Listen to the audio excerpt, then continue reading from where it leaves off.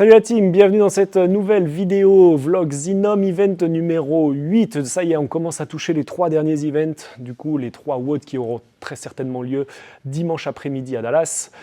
Sur cet event numéro 8, sur son format d'abord, c'est un cap à 12 minutes qui nous attend avec, vous allez voir, 2 blocs. Le premier bloc commencera par 30 burpees over the line pour ensuite aller sur 30 cals ski erg, puis 30 calories sur l'éco-bike. On ira ensuite de nouveau sur les 30 burpees over the line, de nouveau les 30 cals éco-bike, on finit sur les 30 cals ski erg et ensuite un max de burpees over the line jusqu'à la fin du cap à 12 minutes. Mon avis sur ce workout, on est sur un workout qui est assez antagoniste avec l'event numéro 7.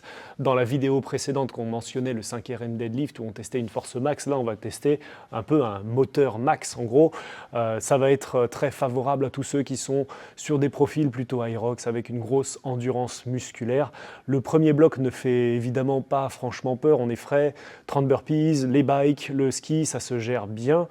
Les meilleurs seront agressifs sur les ergos, géreront tranquillement leurs burpees. Là où ça va commencer à taper, évidemment, c'est sur le deuxième bloc, avec notamment, je pense, les triceps. Enfin, je pense, je le sais parce que je l'ai vécu.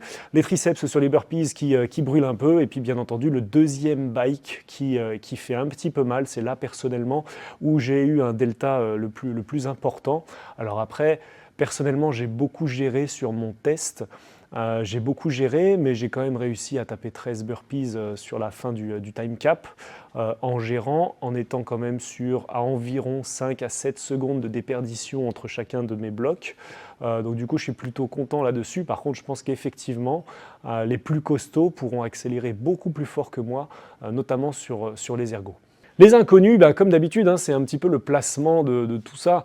Où est-ce que je vais devoir faire mes burpees? Où est-ce que je vais avoir mon ski? Mon vélo, est-ce que les transitions vont être rapides, efficaces? Moi, honnêtement, je l'ai fait dans des conditions quasi optimales, dans le sens où j'avais très peu de transitions entre mes ergos. J'ai attaqué mon WOD, alors j'ai volontairement laissé un petit peu d'espace de temps au démarrage, 5 secondes, parce que je me dis qu'on va peut-être partir d'un bout d'une piste, il va falloir courir pour commencer ces burpees. Donc j'ai mis un petit temps, j'ai mis un petit 5 secondes de démarrage tranquille. Mais voilà, l'inconnu, c'est encore une fois le placement de tout ça dans l'espace et les temps de transition entre les ergos qui, dans mon test, ont été assez rapides, mais qui, en réalité, pourront peut-être me faire perdre quelques secondes qui sont forcément précieuses à la fin de ce time cap de 12 minutes. En matière de préparation sur un event comme ça, au-delà du fait d'avoir testé le workout et de l'avoir testé peut-être de manière un petit peu plus séquencée, sur des formats un petit peu plus courts, en essayant d'envoyer un petit peu plus fort, la préparation, c'est très simplement de s'entraîner sur la résistance musculaire, sur le bike notamment, parce que je sais que pour moi, c'est un des points faibles, et sur les burpees, d'être en capacité à la fois de contrôler son pace au démarrage et puis d'accélérer sur la fin du workout.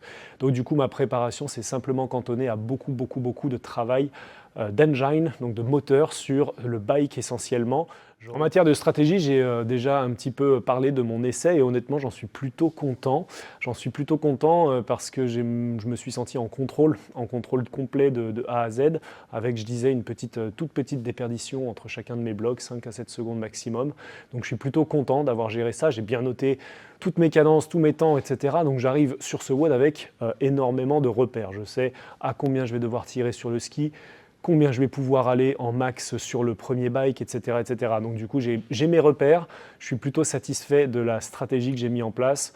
Contrôle total sur les burpees, bike à 80 sur les premières cales, tirage à 1200 sur le ski erg sur le premier bloc et ensuite ça descend un petit peu, je perds 7 secondes sur les burpees, je perds quelques secondes aussi sur le bike et sur le ski erg, parce que je diminue à entre 72 et 75 et je diminue à entre 1080 et 1100 sur le tirage du ski erg. Donc effectivement, ça fait un petit delta, mais qui n'est pas forcément extrêmement significatif. Et j'arrive à 45 secondes pour un max de burpees sur la ligne.